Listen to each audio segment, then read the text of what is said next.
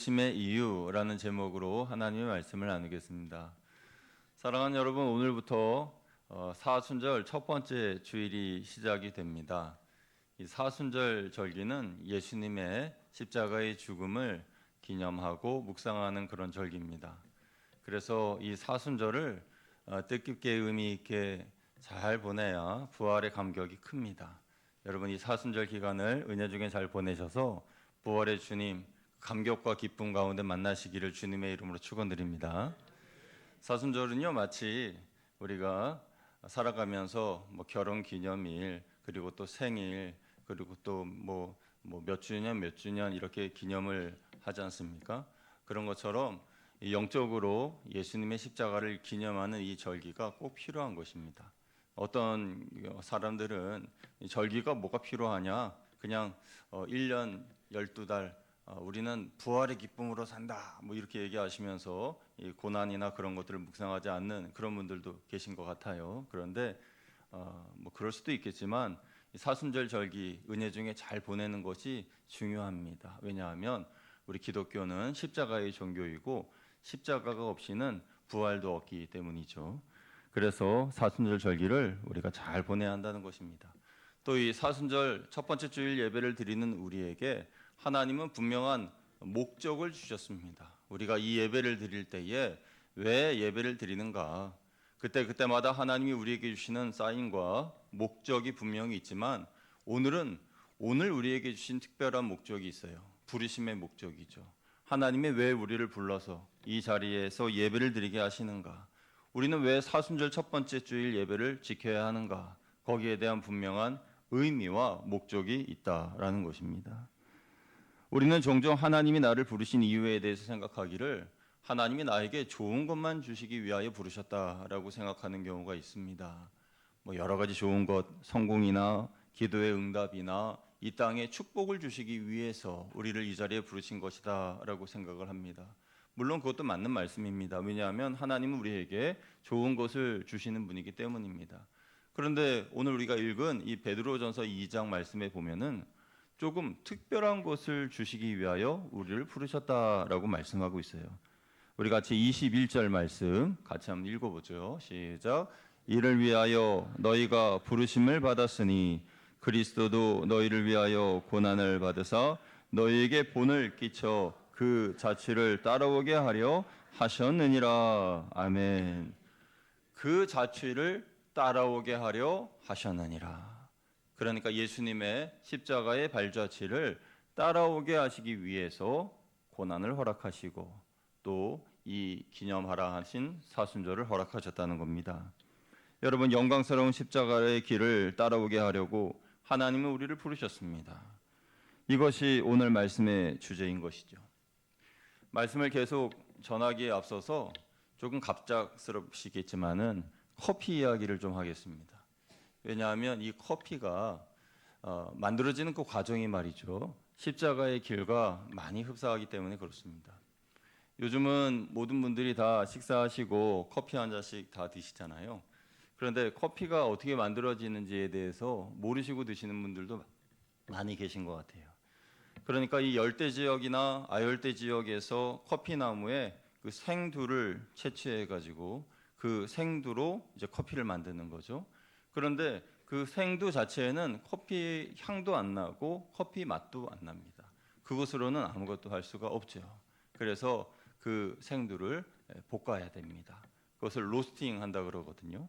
근데 그 로스팅 할 때에 그 커피를 볶아서 이 생두가 원두가 되는 거죠. 이 푸르스름한 그 과일 열매인 생두가 이 딱딱하고 시꺼먼 그런 원두로 바뀌는 거죠. 그런데 이 뜨거운 불을 통과해서 원두로 만들어지는 과정 가운데 그 로스터들은 그걸 주의 깊게 봐야 되는 거예요. 조금만 덜 볶으면 비린내가 나고 조금만 더 볶으면 아예 탄내가 나서 못 먹게 되니까 이 적정한 그 200도의 온도로 그 이상의 온도로 볶아가지고 잘 그 시간을 맞춰서 끄집어내야 되는 거죠. 그렇게 원두가 만들어졌다 그래서 끝나는 것이 아니죠. 그걸 또 갈아야 됩니다. 그래서 가루로 만들고 그 가루에다가 뜨거운 물을 붓거나 또는 압축해서 뜨거운 물로 가열하여서 우리가 좋아하는 그 커피가 이제 나와서 그걸 마시는 거죠. 그런데 여러분 이 모습이 십자가의 이 길의 모습과도 같다라는 거예요. 전혀 다른 모습으로 바뀌어지는 이 과정인 것이죠. 과일 열매인 생두가 원두라고 하는 전혀 다른 모습으로, 원두라고 하는 모습에서 이 가루라고 하는 전혀 다른 모습으로, 가루라고 하는 모습에서 전혀 다른 커피의 은은한 향이 나는 그런 음료로 만들어지는 그 과정이라는 것입니다. 여러분, 십자가라는 것은 죽음에서 부활로 바뀌어지는 과정입니다. 죽음과 부활은 완전히 다르죠. 그런데 죽음에서 부활로 바뀌어지는 이 십자가의 길, 그 과정은 이 커피가 볶아지는 그리고 만들어지는 그 과정처럼 많은 변화가 있고 많은 고난이 있다라는 것이에요. 뜨거운 불에 생두가 볶아지고 원두가 산산조각 나듯이 우리의 자아가 부서지고 나의 생각이 바뀌어지고 삶이 바뀌어지는 그런 과정이 있다라는 것입니다. 그것이 바로 십자가의 길이라는 것이죠. 이 과정을 예수님께서 먼저 걸어가셨고 그리고 이제 우리에게 따라오라 말씀하고 계십니다. 사도 바울은 로마서 8장 28절 29절에서 하나님의 뜻대로 부르심을 입은 자들은 합력하여 선을 이루며 그 아들 예수 그리스도의 형상을 본받아야 한다라고 말했습니다. 우리 같이 한번 말씀을 읽어보죠. 시작. 우리가 알거니와 하나님을 사랑하는 자 곧 그의 뜻대로 부르심을 입은 자들에게는 모든 것이 합력하여 선을 이루느니라. 하나님이 미리 아신 자들을 또한 그 아들의 형상을 본받게 하기 위하여 미리 정하셨으니 이는 그로 많은 형제 중에서 맏아들이 되게 하려 하심이니라. 아멘. 그 아들의 형상을 본받게 하기 위하여, 예수 그리스도를 본받게 하기 위하여, 더 자세히 말씀드리면 예수 그리스도의 십자가의 그 길을 본받게 하기 위하여 우리를 미리 정하시고 부르셨다라는 것입니다. 예수님을 본받는 것, 그것은 부활의 예수님, 능력의 예수님, 그 모습만 본받는 것이 아닙니다.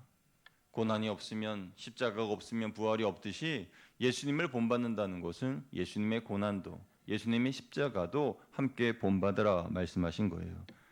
바울처럼 베드로 역시 이것을 위해서 그리스도께서 고난을 당하셨다라고 말씀하고 있는데요. 우리 22절, 23절 말씀 같이 읽어보겠습니다. 시작. 그는 죄를 범하지 아니하시고 그 입에 거짓도 없으시며 욕을 당하시되 맞대어 욕하지 아니하시고 고난을 당하시되 위협하지 아니하시고 오직 공의로 심판하시는 이에게 부탁하시며. 아멘. 베드로가 볼 때에 고난을 마주하시는 예수님의 모습은 그 고난에 대하여서 피하거나 또는 자신에게 위협을 가하는 이에게 같이 위협을 가하거나 화를 내시거나 그런 모습이 아니라 묵묵히 그 고난을 침묵으로 받아내신 거예요. 묵묵히 한없이 연약해지셔서 그 모든 매를 맞으시고 채찍을 맞으시고 조롱을 받으시고 어떤 이는 그 예수님의 얼굴에 침을 뱉고 하는 그 모든 것들을 다 받아내신 겁니다. 그런데 이것은 베드로의 상상력으로 만들어진 것이 아니라 직접 베드로가 그 눈으로 본 것이죠. 가야바의 뜰에 서신 예수님의 신문당하는 그 모습을 보면서 예수님의 비참해지는 모습을 두 눈으로 보았습니다. 빌라도의 법정에서 매를 맞으시고 채찍을 맞으시는 예수님의 모습을 베드로가 직접 보았던 것이죠. 그러면서 오늘 이 베드로 서신을 그는 기록하고 있는 것이에요.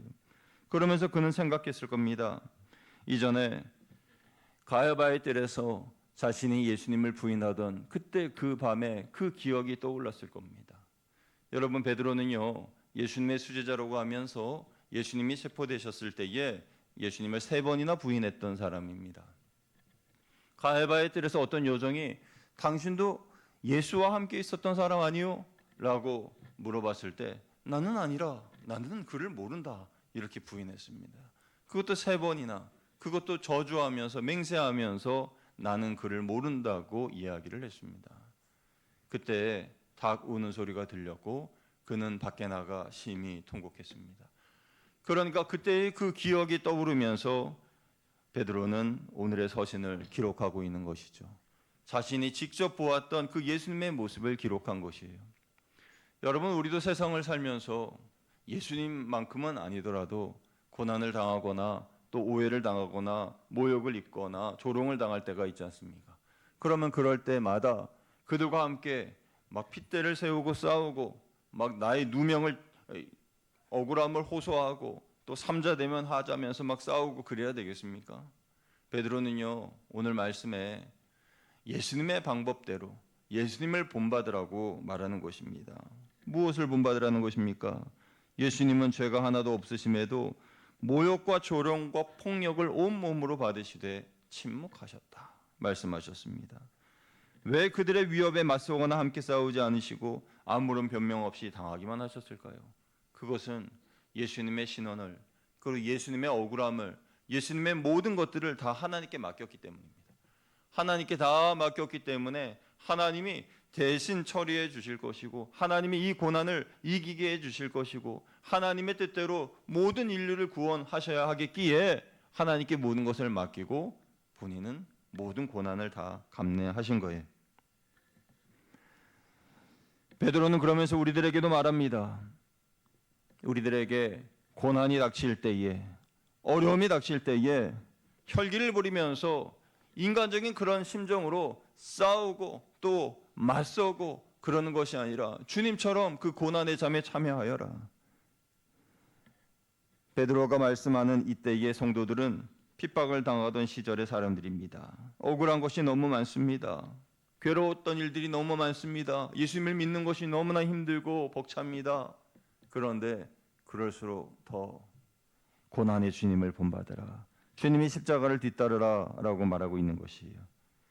베드로는 예수님의 침묵의 이유를 깨달았습니다. 그리고 십자가의 길 끝에 오는 영광도 알고 있었습니다.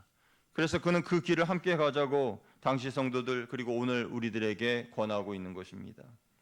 그럼 예수님이 오라 하신 그 길을 걸어갈 때에 어떤 일이 일어나게 됩니까? 24절을 보면 그 길의 끝에서 우리가 얻을 수 있는 세 가지 축복과 기적과 치유가 있음을 알게 됩니다. 이것은 예수님께서 십자가에 달리신 이유이기도 합니다. 우리 24절 말씀 같이 읽어보겠습니다. 시작. 친히 나무에 달려 그 몸으로 우리 죄를 담당하셨으니 이는 우리로 죄에 대하여 죽고 의에 대하여 살게 하려 하심이라. 그가 채찍에 맞음으로 너희는 나음을 얻었나니. 아멘. 이 한 구절을 통해서 예수님께서 십자가를 지신 세 가지 이유를 알 수 있습니다. 첫 번째 이유는요, 우리의 죄를 대신하여 죽으신 것입니다. 두 번째 이유는요, 우리를 의롭게 살리시기 위하여 죽으신 것입니다. 세 번째 이유는요, 우리를 낫게 하시기 위해서 죽으신 것이에요. 먼저 첫 번째 이유를 살펴보겠습니다. 예수님이 십자가에 달리신 첫 번째 이유는 우리의 죄를 대신하여 죽으신 겁니다. 24절 상반절을 보면 친히 나무에 달려 그 몸으로 우리 죄를 담당하셨다라고 말씀하고 있습니다. 여기서 말씀하는 그 나무는 바로 예수님이 달리신 십자가를 말하는 것입니다. 그런데 원래 그 십자가에 달려야 할 사람은 죄인이 아닙니다. 예수님은 죄가 없으시기 때문에 죄 지은 예수님이 달리실 그럴 상황이 아니고, 죄 없는 예수님은 십자가에 달리시지 말고 죄 있는 사람들이 달려야 했습니다. 누가 달려야 했을까요? 바로 우리들입니다. 우리가 지은 죄악으로 인해 우리는 십자가에 달려야 했습니다. 죄는 반드시 죽음의 대가를 치러야 했기 때문입니다. 그런데 죄가 전혀 없으신 예수님께서 마치 흉악한 죄를 지은 죄인인 것처럼 우리들의 죄를 대신 짊어지고 십자가에 매달리신 겁니다. 예수님이 짊어지신 우리의 죄는 우리의 과거의 죄, 지금 현재의 죄, 앞으로 우리의 미래에 지어질 죄까지 다 짊어지고 십자가에 달리신 것입니다. 그래서 예수님의 십자가의 첫 번째 죽음의 의미는 나의 죄를 대신하여 죽으신 대속의 죽음이다라는 것이죠. 두 번째, 예수님이 십자가에 달려 죽으신 이유는 우리를 의롭게 살리시기 위함입니다. 십자가의 은혜는 우리의 죄를 다 사해 주시는 것만이 아니라 우리를 의롭게 해주시는 것에 또 다른 의미가 있습니다. 목적이 있습니다. 이것은요, 마치 나는 원래 노예의 자식인데 내 아버지는 노예로서 일평생 노예는 자식을 낳으면 또 노예가 되고 또 노예가 되고 그런 악순환을 반복할 수 없는 그런 노예의 자식인데 나를 그 노예를 부리는 주인이 양자로 삼아준 거예요. 그런 의미입니다. 그러니까 죄가 아닌 의로운 사람이 된 거죠. 새롭게 변화가 된 것을 말하는 것입니다. 그래서 24절 중반절을 보면은 이는 우리로 죄에 대하여 죽고 의에 대하여 살게 하려 하심이라 라고 말씀하고 있잖아요. 우리로 죄에 대하여 죽고 의에 대하여 살게 하려 하심이라. 이 말씀은 좀 어려운 말씀이지만 쉽게 말씀드리면은 우리가 늪에 빠졌는데 그 늪에 빠진 우리를 건져내 주신 겁니다. 그런데 늪에서 건져 나와서 우리의 몸을 보면은 온통 진흙투성이고 그야말로 이건 뭐 냄새도 나고 지저분하고 볼 수 없는 그런 형편 아닙니까? 그런 몰골 아닙니까? 그래서 우리를 데려다가 깨끗하게 씻어주시고 깨끗한 옷으로 입혀주신 거예요. 이게 의롭게 된 겁니다. 죄에서 죽고 의에 대하여 새롭게 살게 된 것이죠.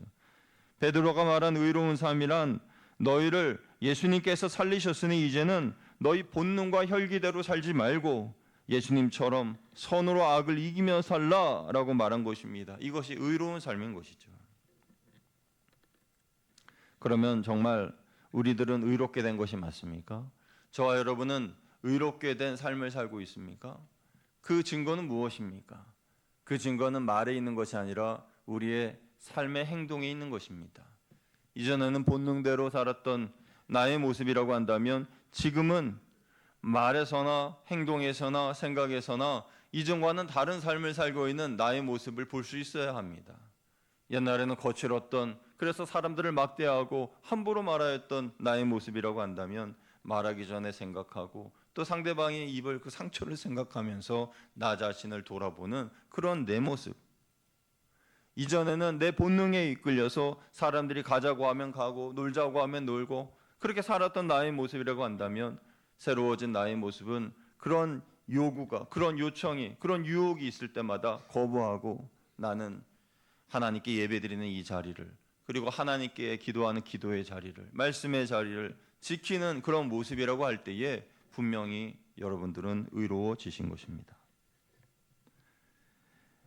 그렇게 의롭게 변화된 사람들은 십자가의 은혜를 아는 사람들이기 때문에 십자가의 길을 갈 수밖에 없는 겁니다.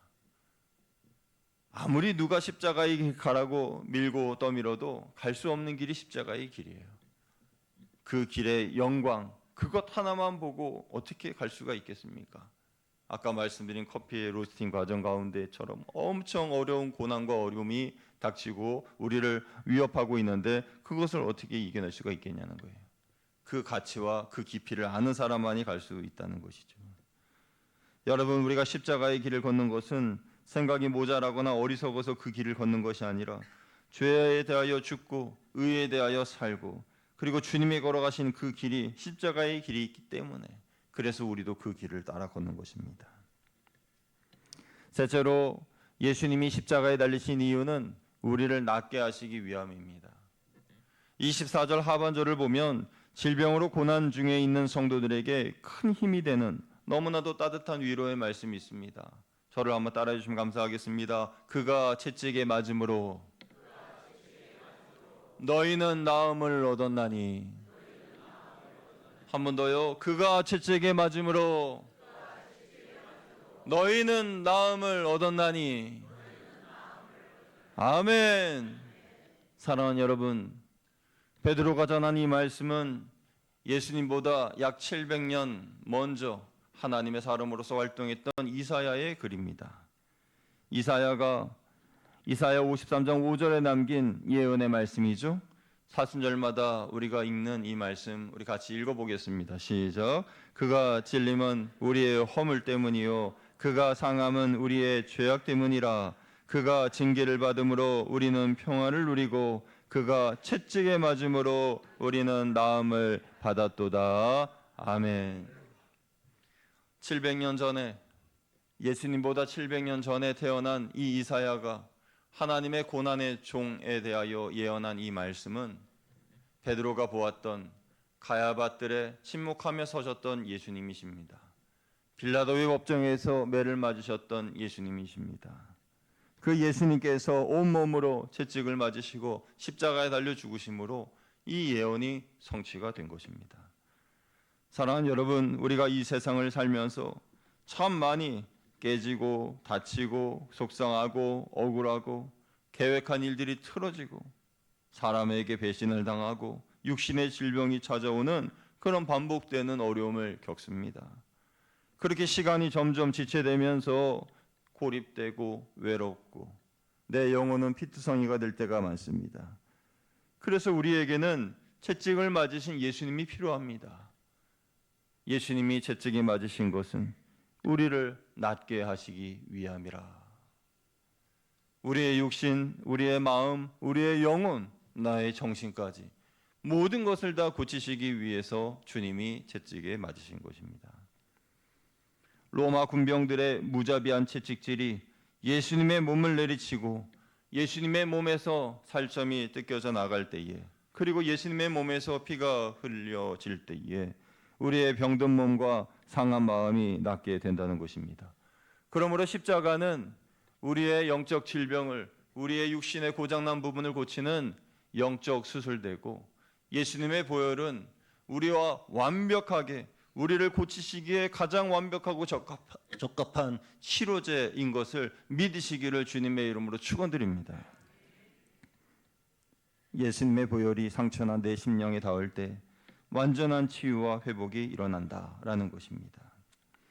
사랑하는 여러분, 예수님은 우리의 죄를 짊어지시고 십자가에 오르셨습니다. 예수님은 나를 의로운 자로 살게 하시려고 스스로 생명을 버리셨습니다.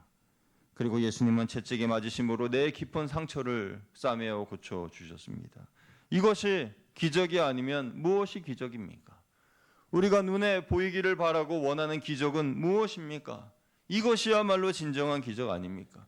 우리가 응답받기를 사모하고 은혜받기를 사모하는 그 기도 제목은 무엇입니까? 이것보다 더 큰 응답과 이것보다 더 큰 은혜가 어디에 있습니까? 그러므로 우리는 이 은혜에 감격하며 십자가를 바라보아야 합니다. 그런데 베드로 사도는요, 십자가에 대하여서 설명할 때에 이 세 가지만 설명한 것이 아니라 한 가지를 더 말하였습니다. 그것은 25절 말씀이죠. 우리 25절 같이 읽어보겠습니다. 시작. 너희가 전에는 양과 같이 길을 잃었더니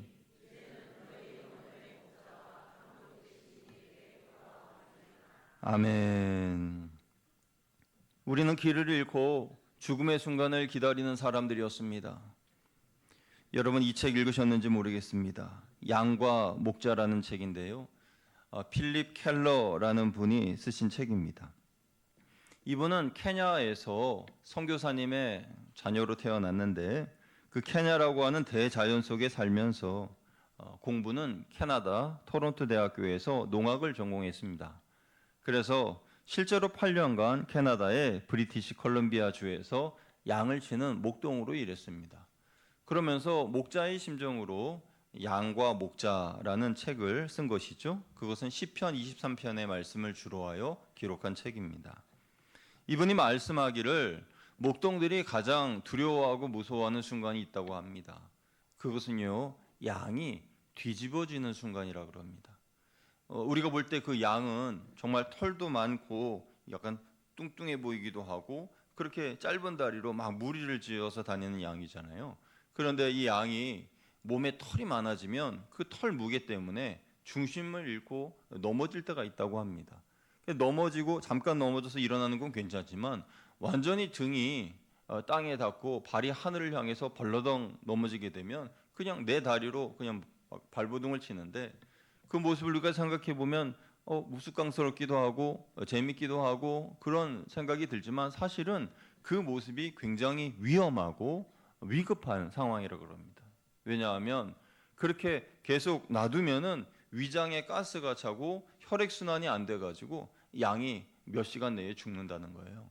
그래서 짐승에게 노출돼서 잡혀먹히기도 하고 말이죠. 그러니까 위험한 순간인 거죠.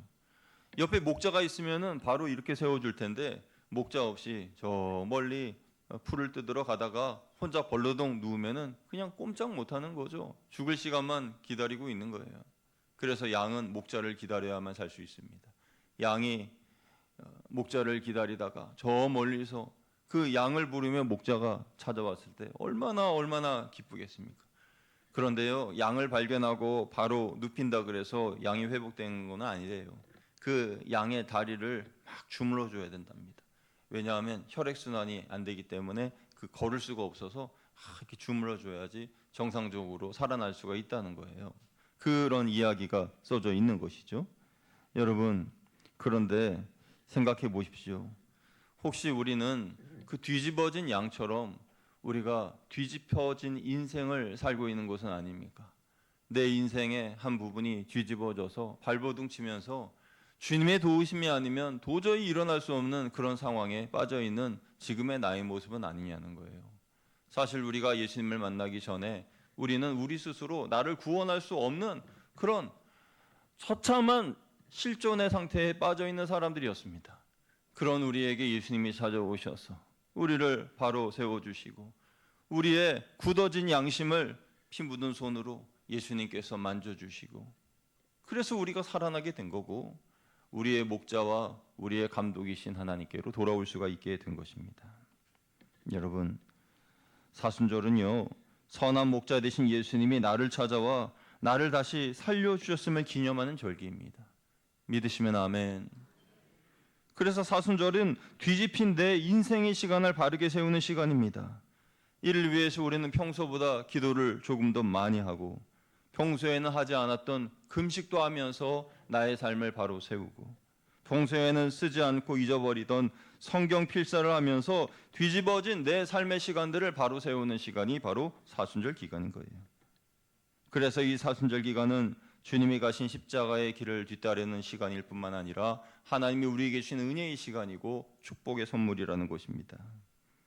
그렇게 예수님이 십자가로 인하여 우리는 내 영혼의 목자이신 하나님께로 돌아왔는데 하나님께로 돌아와서 하나님의 품 안에 있을 때에 하나님께서 우리에게 뭐라고 말씀을 하실까요? 사랑하는 아무개야, 내가 너를 살리기 위해서 내 아들 독생자 예수를 보냈는데 이제 너는 나를 위해서 내가 지명하는 그 사람을 위해 십자가를 질 수 있겠니? 이렇게 말씀하시지 않을까요? 이것이 주님이 우리를 부르신 최종적인 이유인 것입니다. 우리의 가정에서 내가 십자가를 진다면 나의 가족들은 주님이 베푸시는 기적과 치유를 경험하게 될 것입니다. 우리 직장에서 하나님이 맡기신 자리를 묵묵하게 지키며 십자가를 진다면 그곳에서 예수 그리스도의 향기를 풍겨내요. 그들은 예수님이 누구신지를 알게 될 것입니다. 교회 안에서도 나를 내세우기보다 지체의 약함을 품고 내가 먼저 그들을 위하여 십자가를 진다면 우리 교회는 생명력 넘치는 치유의 공간이 될 줄로 믿습니다.